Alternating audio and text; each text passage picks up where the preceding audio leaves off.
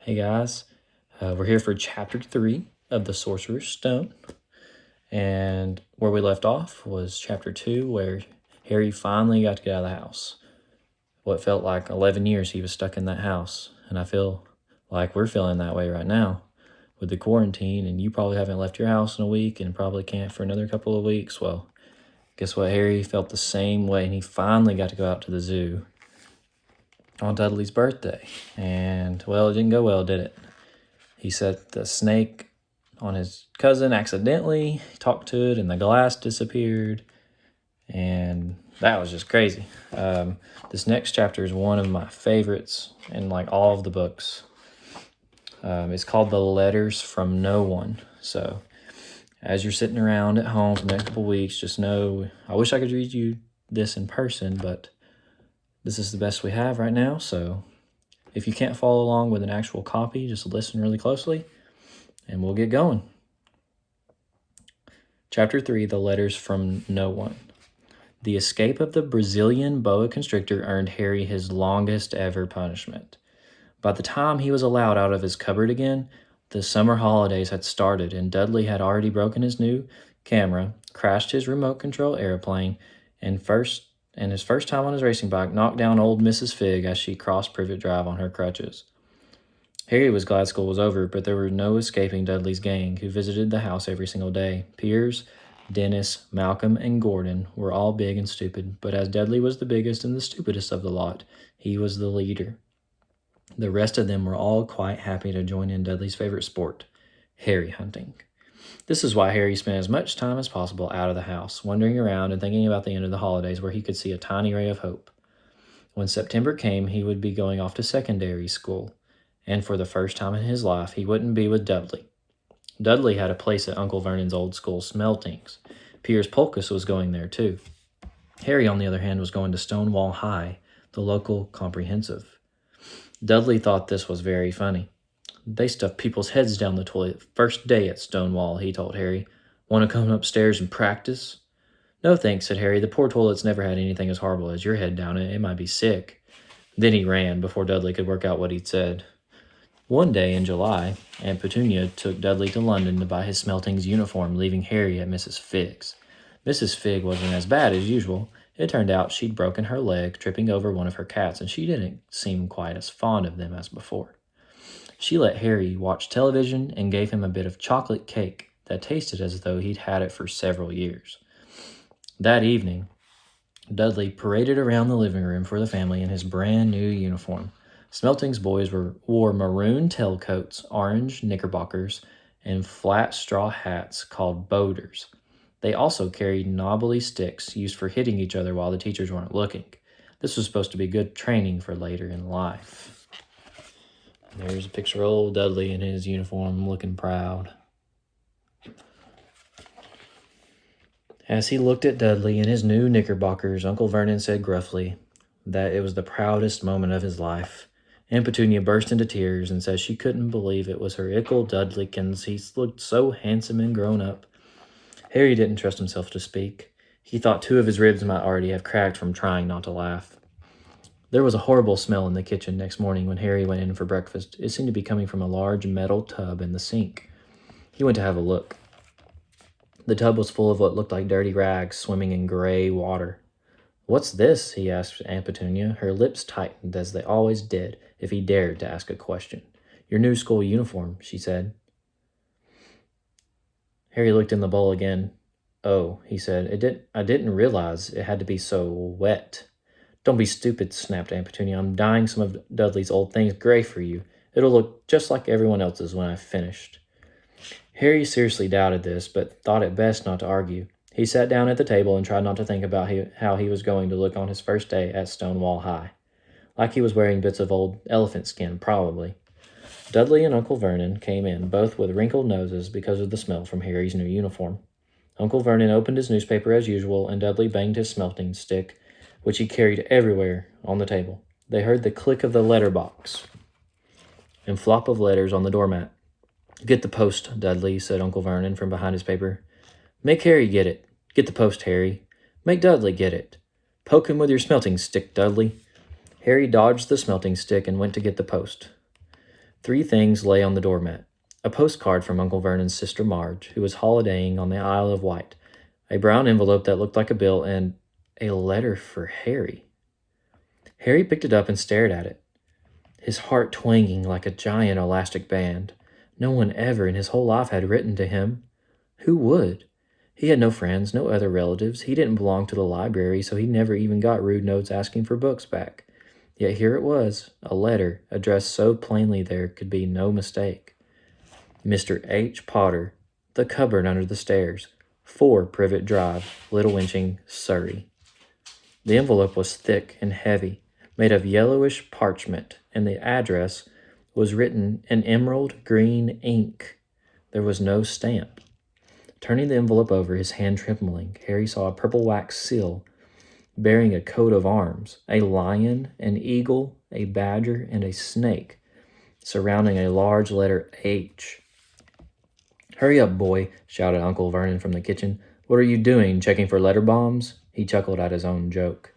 Harry went back to the kitchen, still staring at his letter. He handed Uncle Vernon the bill and the postcard, sat down, and slowly began to open the yellow envelope. Uncle Vernon ripped open the bill, snorted in disgust, and flipped over the postcard. "Marge is ill," he informed Aunt Petunia. "Ate a funny walk." "Dad," said Dudley suddenly, "Dad, Harry's got something."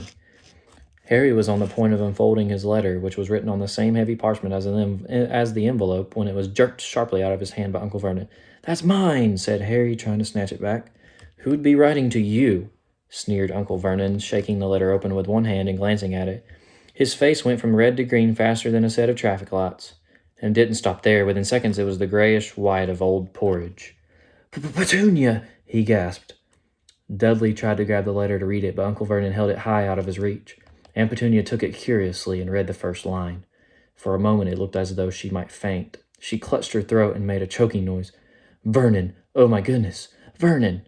They stared at each other, seeming to have forgotten that Harry and Dudley were still in the room. Dudley wasn't used to being ignored. He gave his father a sharp tap on the head with his smelting stick. "I want to read that letter," he said loudly. "I want to read it," said Harry fiercely, "as it's mine." "Get out, both of you," croaked Uncle Vernon, stuffing the letter back inside its envelope. Harry didn't move. "I want my letter," he shouted. "Let me see it," demanded Dudley. "Out!" roared Uncle Vernon, and he took both Harry and Dudley by the scruffs of their necks and threw them into the hall, slamming the kitchen door behind them. Harry and Dudley promptly had a furious but silent fight over who would listen at the keyhole. Dudley won, so Harry, his glasses dangling from one ear, lay flat on his stomach to listen at the crack between the door and the floor. "Vernon," Aunt Petunia was saying in a quivering voice, "look at the address. How could they possibly know where he sleeps? You don't think they're watching the house? Watching, spying, might be following us," muttered Uncle Vernon wildly. "But what should we do, Vernon? Shall we write back, tell them we don't want?" Harry could see Uncle Vernon's shiny black shoes pacing up and down the kitchen. "No," he said finally. "No, we'll ignore it. If they don't get an answer, yes, that's best. We won't do anything. But I'm not having one in the house, Petunia. Didn't we swear when we took him in we'd stamp out that dangerous nonsense?" That evening, when he got back from work, Uncle Vernon did something he'd never done before. He visited Harry in his cupboard. "Where's my letter?" said Harry, the moment Uncle Vernon had squeezed through the door. "Who's writing to me?" "No one. It was addressed to you by mistake," said Uncle Vernon shortly. "I have burned it." "It was not a mistake," said Harry angrily. "It had my cupboard on it." "Silence!" yelled Uncle Vernon, and a couple of spiders fell from the ceiling. He took a deep breath, and then forced his face into a smile which looked quite painful. Yes, Harry, about this cupboard. Your aunt and I have been thinking. You're really getting a big for it. We think it might be nice if you moved into Dudley's second bedroom." "Why?" said Harry. "Don't ask questions," snapped his uncle. "Take this stuff upstairs now." The Dursleys' house had 4 bedrooms, one for Uncle Vernon and Aunt Petunia, one for visitors, usually Uncle Vernon's sister Marge, one where Dudley slept, and one where Dudley kept all the toys and things that wouldn't fit into his first bedroom. It only took Harry one trip upstairs to move everything he owned from the cupboard to this room.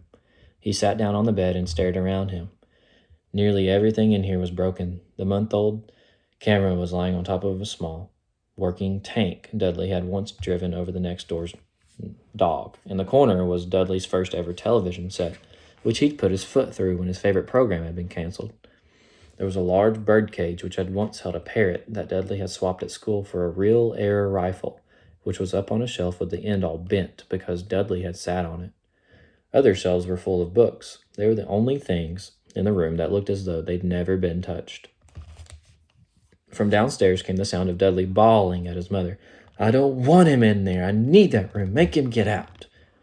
Harry sighed and stretched out on the bed. Yesterday he'd give anything to be up here. Today he'd rather be back in his cupboard with that letter than up here without it. Next morning at breakfast, everyone was rather quiet. Dudley was in shock. He'd screamed, whacked his father with a smelting stick, been sick on purpose, kicked his mother, and thrown his tortoise through the greenhouse roof, and he still didn't have his room back. Harry was thinking about this time yesterday and bitterly wishing he'd opened the letter in the hall. Uncle Vernon and Aunt Petunia kept looking at each other darkly. When the post arrived, Uncle Vernon, who seemed to be trying to be nice to Harry, made Dudley go and get it. They heard him banging things with his smelting stick all the way down the hall. Then he shouted, "There's another one! Mr. H. Potter, the smallest bedroom, 4 Privet Drive." With a strangled cry, Uncle Vernon leapt from his seat and ran down the hall, Harry right behind him. Uncle Vernon had to wrestle Dudley to the ground to get the letter from him, which was made difficult by the fact that Harry had grabbed Uncle Vernon around the neck from behind. After a minute of confused fighting in which everyone got hit a lot by the smelting stick, Uncle Vernon straightened up, gasping for breath, with Harry's letter clutched in his hand. "Go to your cupboard. Your bedroom," he wheezed at Harry. "Dudley, go. Just go." Harry walked around and round his new room. Someone knew he had moved out of his cupboard, and they seemed to know he hadn't received his first letter. Surely that meant they'd try again, and this time he'd make sure they didn't fail. He had a plan. The repaired alarm clock rang at 6 o'clock the next morning. Harry turned it off quickly and dressed silently. He mustn't wake the Dursleys. He stole downstairs without turning on any of the lights. He was going to wait for the postman on the corner of Privet Drive and get the letters for number 4 first. His heart hammered as he crept along the dark hall towards the front door. Urgh! Harry leapt into the air. He trod on something big and squashy on the doormat, something alive. Lights clicked on upstairs, and to his horror, Harry realized that the big squashy something that had been his uncle's face. Uncle Vernon had been lying at the foot of the front door in a sleeping bag, clearly making sure that Harry didn't do exactly what he'd been trying to do. He shouted at Harry for about half an hour and then told him to go make a cup of tea. Harry shuffled miserably off into the kitchen, and by the time he got back, the post had arrived, right into Uncle Vernon's lap. Harry could see 3 letters addressed in green ink. "I want," he began, but Uncle Vernon was tearing the letters into pieces before his eyes. Uncle Vernon didn't go to work that day. He stayed at home and nailed up the letterbox. "See," he explained to Aunt Petunia through a mouthful of nails, "if they can't deliver them, they'll just give up. I'm not sure that'll work, Vernon." "Oh, these people's minds work in strange ways, Petunia. They're not like you and me," said Uncle Vernon, trying to knock in a nail with the piece of fruitcake Aunt Petunia had just brought him. There's Uncle Vernon, nailing up the slots in them so the mail can't come through.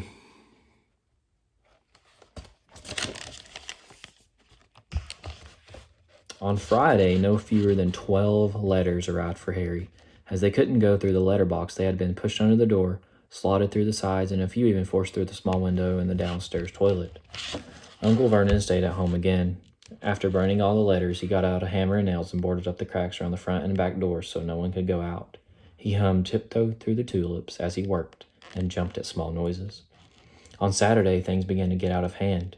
24 letters to Harry found their way into the house, rolled up and hidden inside each of the 24 eggs that their very confused milkman had handed Aunt Petunia through the living room window, while Uncle Vernon made furious phone calls to the post office and the dairy trying to find someone to complain to, and Aunt Petunia shredded the letters in her food mixer. "Who on earth wants to talk to you this badly?" Dudley asked Harry in amazement. On Sunday morning, Uncle Vernon sat down at the breakfast table looking tired and rather ill, but happy. "No post on Sundays," he reminded them happily as he spread marmalade on his newspapers. "No damn letters today." Something came wheezing down the kitchen chimney as he spoke and caught him sharply on the back of the head. Next moment, 30 or 40 letters came pelting out of the fireplace like bullets. The Dursleys ducked, but Harry leapt into the air trying to catch one. "Out! Out!" Uncle Vernon seized Harry around the waist and threw him into the hall. When Aunt Petunia and Dudley had run out with their arms over their faces, Uncle Vernon slammed the door shut. They could hear the letters still streaming into the room, bouncing off the walls and the floor. "That does it," said Uncle Vernon, trying to speak calmly, but pulling great tufts out of his mustache at the same time. "I want you all back here in 5 minutes, ready to leave. We're going away. Just pack some clothes. No arguments." He looked so dangerous with half his mustache missing that no one dared argue. 10 minutes later, they had wrenched their way through the boarded-up doors and were in the car, speeding towards the motorway. Dudley was sniffling in the back seat. His father had hit him around the head for holding them up while he tried to pack his television, video, and computer in his sports bag. They drove, and they drove. Even Aunt Petunia didn't care to ask where they were going. Every now and then, Uncle Vernon would take a sharp turn and drive in the opposite direction for a while. Shake 'em off, he would mutter whenever he did this. They didn't stop to eat or drink all day. By nightfall, Dudley was howling. He'd never had such a bad day in his life. He was hungry. He'd missed 5 television programs he wanted to see, and he'd never gone so long without blowing up an alien on his computer. Uncle Vernon stopped at last outside a gloomy-looking hotel on the outskirts of a big city. Dudley and Harry shared a room with twin beds and damp, musty sheets. Dudley snored, but Harry stayed awake, sitting on the windowsill, staring down at the lights of passing cars and wondering. They ate stale cornflakes and cold tinned tomatoes on toast for breakfast the next day. They had just finished when the owner of the hotel came over to their table. "Excuse me, but is one of you Mr. H. Potter? Only I got about 100 of these at the front desk." She held up a letter so they could read the green ink address. "Mr. H. Potter, room 17, Railview Hotel, Cokeworth." Harry made a grab for the letter, but Uncle Vernon knocked his hand out of the way. The woman stared. "I'll take them," said Uncle Vernon, standing up quickly and following her from the dining room. "Wouldn't it be better just to go home, dear?" Aunt Petunia suggested timidly hours later, but Uncle Vernon didn't seem to hear her. Exactly what he was looking for, none of them knew. He drove them into the middle of a forest, got out, looked around, shook his head, got back in the car, and off they went again. The same thing happened in the middle of a plowed field, halfway across a suspension bridge and atop of a multi-story car park, like a parking garage. "Daddy's gone mad, hasn't he?" Dudley asked Aunt Petunia dully late that afternoon. Uncle Vernon had parked at the coast, locked them all inside the car, and disappeared. It started to rain. Great drops beat on the roof of the car. Dudley sniffled. "It's Monday," he told his mother. "The Great Umberto's on tonight. I want to stay somewhere with a television." Monday. This reminded Harry of something. If it was Monday, and you could usually count on Dudley to know the days of the week because of television, then tomorrow, Tuesday, was Harry's 11th birthday. Of course, his birthdays were never exactly fun. Last year, the Dursleys had given him a coat hanger and a pair of Uncle Vernon's old socks. Still, you weren't 11 every day. Uncle Vernon was back, and he was smiling. He was also carrying a long, thin package and didn't answer Aunt Petunia when she asked what he'd bought. "Found the perfect place," he said. "Come on, everyone out." It was very cold outside the car. Uncle Vernon was pointing at what looked like a large rock way out at sea. Perched on top of the rock was the most miserable little shack you could imagine. One thing was certain, there was no television in there. "Storm forecast for tonight," said Uncle Vernon gleefully, clapping his hands together, "and this gentleman's kindly agreed to lend us his boat." A toothless old man came ambling up to them, pointing with a rather wicked grin at an old rowing boat bobbing in the iron-gray water below them. "I've already got us some rations," said Uncle Vernon, "so all aboard." It was freezing in the boat. Icy sea spray and rain crept down their necks, and a chilly wind whipped their faces. After what seemed like hours, they reached the rock, where Uncle Vernon, slipping and sliding, led the way to the broken-down house. The inside was horrible. It smelled strong of seaweed.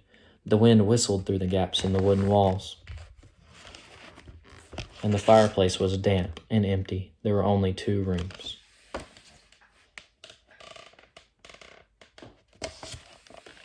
Uncle Vernon's rations turned out to be a packet of chips each and 4 bananas. He tried to start a fire, but the empty crisp packets just smoked and shriveled up. "Could do with some of those letters now, eh?" he said cheerfully. He was in a very good mood. Obviously, he thought nobody stood a chance of reaching them here in a storm to deliver post. Harry privately agreed, though the thought didn't cheer him up at all. As night fell, the promised storm blew up around them. Spray from the high waves splattered the walls of the hut, and a fierce wind rattled the filthy windows. Aunt Petunia found a few moldy blankets in the second room and made up a bed for Dudley on the moth-eaten sofa.